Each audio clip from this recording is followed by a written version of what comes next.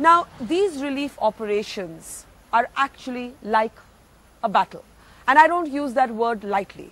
This state of Uttarakhand today is like a battle zone. As Radhika was mentioning, infrastructure is down, road links are down, the weather's playing a spoil sport in the air, and most places where relief had to be reached are completely inaccessible. NDTV has now accessed dramatic pictures and dramatic footage that show our para-commandos at work. The para-commandos, of course, are the elite forces of the Indian Army. The very fact that they're here underlines how much of a battle zone this is. In the remote mountains and thick forests of Uttarakhand, this is war by any other name. Spread over an area of 40,000 square kilometers, the relief operations have often had to fall back on the tactics, innovation and mental strength of actual battle. No wonder then that the crack force of the Indian Army, the para-commandos, part of its special forces, has had to be deployed over the past 10 days for critical evacuations and operations.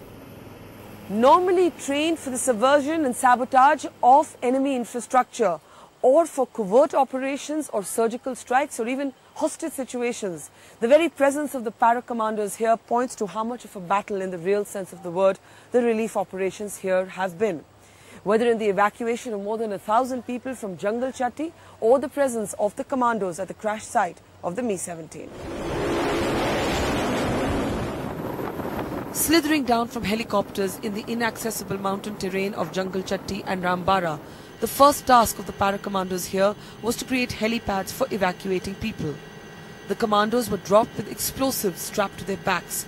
First they had to blast the big boulders and carve out 3 makeshift helipads.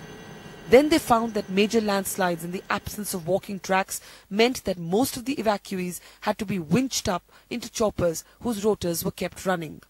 Commandos also found that 70% of the people were in no state to walk. They had been without food for 96 hours. Many were lifted, carried, pulled, handheld, cajoled by these paratroopers. Then there was the psychological challenge. Women and children had to be moved out first, but they weren't ready to board the choppers without their families. In the morning of 22nd June, at about 7:30 hours in the morning, we got the news that our paratroopers located approximately 1,000 people stranded in highly inaccessible area in the Jungle Chatti area on the Kedarnath axis. And Nitin Gokhale had asked me how much time does it take to evacuate them. I said it is not possible to say. The area is inaccessible, there's not even a helipad, and the troops have to use cliff assault techniques. They needed mountaineering skills, they need to fix ropes and bring all these people down. We did not know the state of the people. And yet, I'm happy to announce that in less than 36 hours, all 1,000 people have been brought to safety and have been sent home by the paratroopers. The crash site of the Mi-17 proved to be another battlefield. The commandos had to be dropped with arms, combating wild bears along with the weather. As far as the paratroopers are concerned, the troops from the parachute brigade, well, they are attuned to go into these areas where they are trained for that sort of a thing. And it is to help, and you are helping your own people.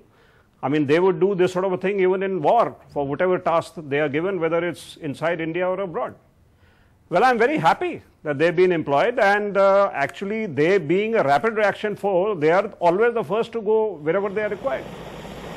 The enemy this time may not have been across the trenches, but it still needed the agility and the fighting force of India's very best. In Uttarakhand with Ruby Dhingra and Manoj Thakur, Barkha Dutt for NDTV.